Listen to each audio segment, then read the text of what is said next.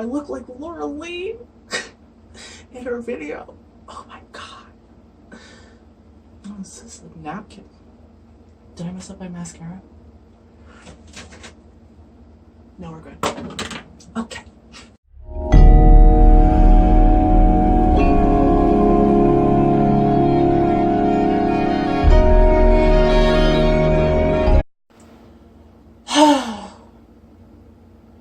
I have been kind of putting doing this video off because I didn't know how everybody was going to feel when I posted it.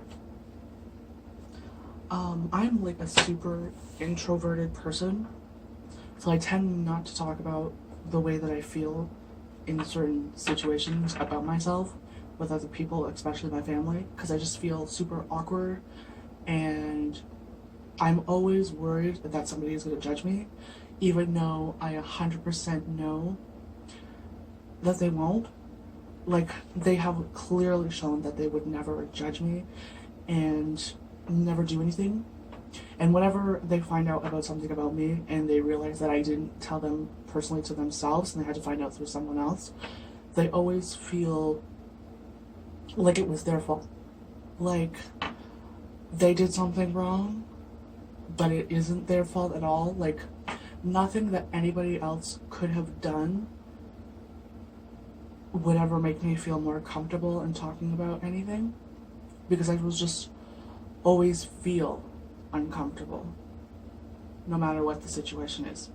So if you're watching this video and I didn't personally tell you before you started watching this video, it's not your fault. Like, you did nothing wrong. It was just me feeling super uncomfortable about the whole conversation. So I'm just basically going to tell you that I am coming out as a trans woman. I am a man. Oh my gosh. I am a woman trapped in a man's body. I've always felt that way. I've just never thought it was that. Like, I never thought that I was trans. I don't know, it's just really weird to say because I've never really said it out loud. Like, I've told people, but I have never, like, really, I'm just sitting in a room by myself. So I never said it out loud like that. I've always kind of felt like that. I just never thought it was that. I've always, not because of, like, the people around me, but I've always associated being trans with something negative. Like, they're always pictured as somebody who is very aggressive or negative, and they're always moody or upset, and that's something that I just, for some reason, didn't want to be a part of. And I've always, like, I've never educated myself on the trans community and the people in them. Like, I've heard of the people, and I've basically only know of hearsay of the type of people, and that's kind of like where I was getting my opinion from. And I never really made my own opinion of them, so I always thought that I always put them with something negative, so it was never something that I ever wanted to be a part of, so I never thought of it as an option for myself. In grade 6, I watched a show popped up in my YouTube. A show popped up in my YouTube suggestion things. Like, at the time, I was watching videos of, like, doll reviews and stuff like that and everything like that. And then this one little show popped up. It was super colorful in the thumbnail. And it was Season 6, Episode 1 of RuPaul's Drag Race. At the time, I knew that there was, like, I feel like every person always says this in every single video. They knew that something was different about them. And at the time, I did feel that type of way. I just didn't know what it was. Because growing up, being gay or being trans or being anything else that wasn't straight was never really talked about. Like, it was never talked about to me, so I didn't know that there was those things out there. I had to find those on my own.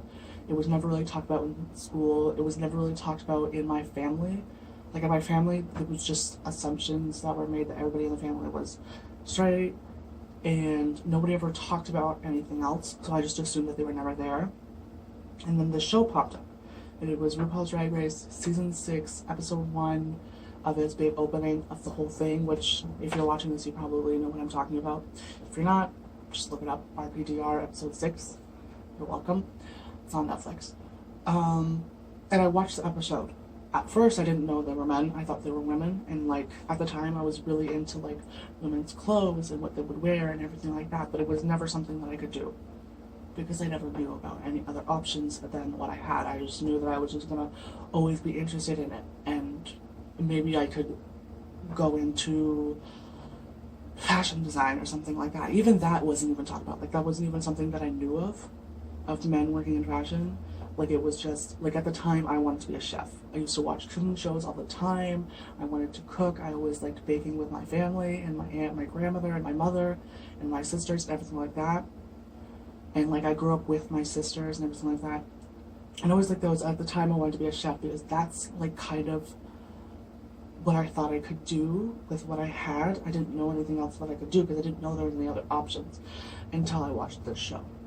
And I saw that they were men and that they were able to dress up as girls and be themselves and be accepted and be free and do whatever they wanted to do. And I really wanted to be a part of this. So I wanted, like, for many, many years, I just thought that doing drag was something that I was going to do. That was going to be it. That was what I was going to do. That was going to be my lifetime career. I was going to start doing makeup, and I was going to do YouTube, and I was going to become a makeup artist, and then I was going to move to Toronto and do drag there, because that was like a community that I seen. I only at the time seen it through RuPaul's Drag Race, and that was like a community that was amazing. I wanted to be a part of it. Literally had everything that I wanted. I could wear high heels and do makeup and look like this glamorous woman. And that was what I wanted to do. So I fell in love with that. Still to this day, I still watch the show with my sister, and sometimes my mom watches it, sometimes she doesn't. I don't really know. But sometimes she'll, like, watch a couple episodes or whatever. And I always, like, even before, like, a year ago, I still was, like, super confused with the situation, because I didn't know if my thoughts because, like, a year ago I learned what trans was. Like, I learned about it, obviously, through as time has progressed. Sorry, I'm, like, rambling all over, because I didn't plan out what I was going to talk about. I was just going to turn the camera on and start talking. But as time progressed after that, I started buying makeup, and I bought wigs and dresses and one pair of shoes, because I couldn't find anything in my shoe size, because I didn't know about 2 sizes up. So I just tried to shove my foot into whatever I could find. And as time went on, I started doing that more and more. And then it was around grade 8. I was kind of doing it, like, all the time. I was doing YouTube videos. A lot of those videos are gone because the privatized bits are real bad. Oh my god, they're bad. But and I just started doing that. And by the time I went to graduation, by that time, I had told my mother that I was dressing in drag. At the time, she thought it was me wanting to be a transgender, but at the time I said, no, that's not what I wanted to do. Because, like I said, I always assumed with being trans was something super negative and not positive, and it was something that I didn't want to be a part of. So every single time somebody would ask me, my first response was like, no, super quick. I just wanted to get that out of the room. I didn't want that to be associated with me, because I always felt like everybody felt it was super negative. I don't know why I had that picture in my head, but it was just there. So even when I first told my mother that I was doing that, the person that my best friend's mother, I was doing it all in her house, because she was always, like, for some reason I always felt super comfortable telling her literally anything, and I still to this day tell her everything. And I could do drag at her house and feel super comfortable, but I couldn't do it in my own house and tell my mother, because I felt super uncomfortable. And feel super comfortable, but I couldn't do it in my own house and tell my mother, because I felt super uncomfortable. I don't know why. I just never really felt that type of way towards my family. For some reason, I feel like they will always be, like, super judgmental towards me, even though they've never shown me that. I just feel like it's there, and I don't know why. It's not their fault. Like, I want them to know that this is not, it's nothing, I didn't tell them first because it's not their fault. It is something to do with me and not them. They really didn't do anything wrong. But I told her, and she asked me if I thought I was trans. She didn't say it that way. I don't remember exactly how it happened, but I remember that coming up, and I told her, no, I did not want to do that. And I remember her telling me that she did not want me. She didn't say it as though she didn't want me to do it anymore, but she told me that she didn't, like, in some sort of way, she told me she didn't want me to do it. I don't remember exactly how she told me, but she told me. And for some reason that, like, really affected me to the degree of, like, me not wanting to even live there anymore, because I felt like she was trying to get me to hide it and to not show anyone, which wasn't her intent. Her real intent was she didn't want me to get hurt, because at that time people were still getting, like, murdered for being that out there and showing that much flamboyance and stuff. Like flamboyance, I feel like I'm thinking of, like, buoyancy in water. But they showed that much, and people were still being shot and murdered and bullied and targeted and attacked and assaulted and all these different things to those types of people. And she just didn't want that to happen to me. And at the time, I was only in grade 8, and I took it as she didn't want me to do this anymore. She didn't like it. She didn't want to see it, everything like that. So I got super upset and offended and was, like, dealing with all this anger in my head. So I decided that I wanted to move. I decided I was going to move to my grandmother's. And I did. I moved there for about a year. And I, like, that year kind of gave myself time to think. It also changed my perspective of a lot of things. Things that don't need to be talked about in this video about my grandmother and everything like that. That doesn't need to be discussed. I'm talking about the one topic right now. Okay, let's stay on topic. And so basically I learned that I felt like I was going from a person who didn't really accept me to a place where people were going to turn around. It was not. I was going from a place where people did accept me to a place where people hated what I was doing.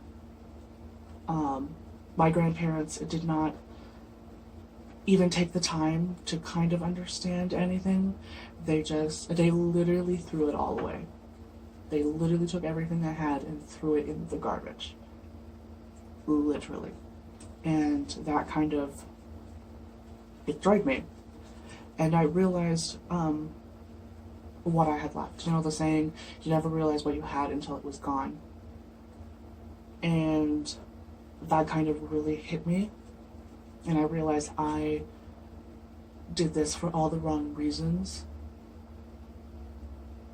Because I didn't need to do this. Like, there was no real reason, and I hurt a lot of people for what I did, and I know that, and I still to this day apologize for it, but there's nothing that I could do. It was in the past, it happened, can't change it now. So now we're about a couple of years ago, I came back, and I started collecting makeup again. I did not buy any wigs, still was really into drag, still watched the show to this day and everything like that, RuPaul's Drag Race, and still believed that I was not transgender, and I still believed that I wanted to be a drag queen as a full-time job and everything like that. Nothing really changed in the last couple of years, except I started hanging with my friends and seeing everything that she was doing, and at the time I just felt like she was just excluding me from the situation. But it wasn't because she was excluding me that I felt a certain way. It was because I wanted to be doing what she was doing. I just couldn't do them because I was a guy. They were just meant for girls and stuff like that. I mean, technically I could do them, but I can't, like, wear girls' clothes and stuff like that because it's wouldn't be I don't know how to explain it. Like where I live, it wouldn't be appropriate, and I probably would not be safe to walk outside. So, and that's when I started questioning if I was transgender. So for about the past couple of 2 years, maybe not more, 3, I started watching more trans people who are YouTubers.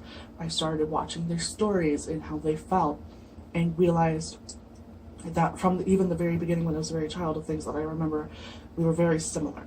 A lot of them and myself had a lot of connections and things that were the same and felt the same type of way about certain things, and I kind of changed my opinion of them by watching more of their real stories and real people who were. I wasn't getting my opinions from other people, I was getting my opinions straight from the source or sources. And it kind of changed my whole outlook of being trans and everything like that. And then I started considering actually becoming trans, but I never did, because even though my family has shown that they would be accepted, I still felt like I wouldn't. And at the time, after I moved back from my grandmother's, I suffered from really bad anxiety. They said it was because of the whole traumatic of the situation. That's why my anxiety turned on. So I suffered from a lot of anxiety. I had a lot of thoughts going through my head all the time. I felt super, literally scared to do anything. Like literally anything. I felt super nervous. So, literally everything adding up together, I just didn't do anything. I still, for the next couple of years and a half, I still wanted to do it, I just never did it. And then Canada, OHIP, if you don't know, that is the Ontario, health coverage program, decided to cover HRT and testosterone shots for trans people. And it was kind of hello, if any time's the time, now's the time. So I've kind of just said enough is enough. I'm just gonna do it. If people like it, if people don't, I'm gonna do it no matter what. And I have to do it now before it's too late. You don't have to do it at any time. You could be 40 and be like, hey, I'm a trans woman, I'm gonna transition now and do it. But for some reason, I think that now would be the perfect time to just start. So I am a trans woman. I am, just gonna be clear about it. On the 18th of June, I will be going to see if I can be approved to start HRT. If you don't know that, HRT stands for, what is it, hormone, what's the R? HRT, hormone something therapy. I don't really know. But what I do know is I kind of want help. I have no idea what I'm doing. Even though I've watched billions of trans videos, I have terrible memory and I still have no idea what I'm doing. So if you want to comment below or literally just leave some sort of tip for me or anything like that, or support, I would like to build a kind of a community type of thing and everything. And I'm also going to be documenting my entire transition, everything like that. I'm going to be doing that. So definitely subscribe, down below. I hope you enjoyed this video. I will be having new videos coming out every week. I'm going to start my schedule now for posting, now that I've kind of got this off my chest. But thank you so much for watching, and I hope that this doesn't make you upset. If it does, I don't care. Bye-bye. Thanks so much for watching. Bye.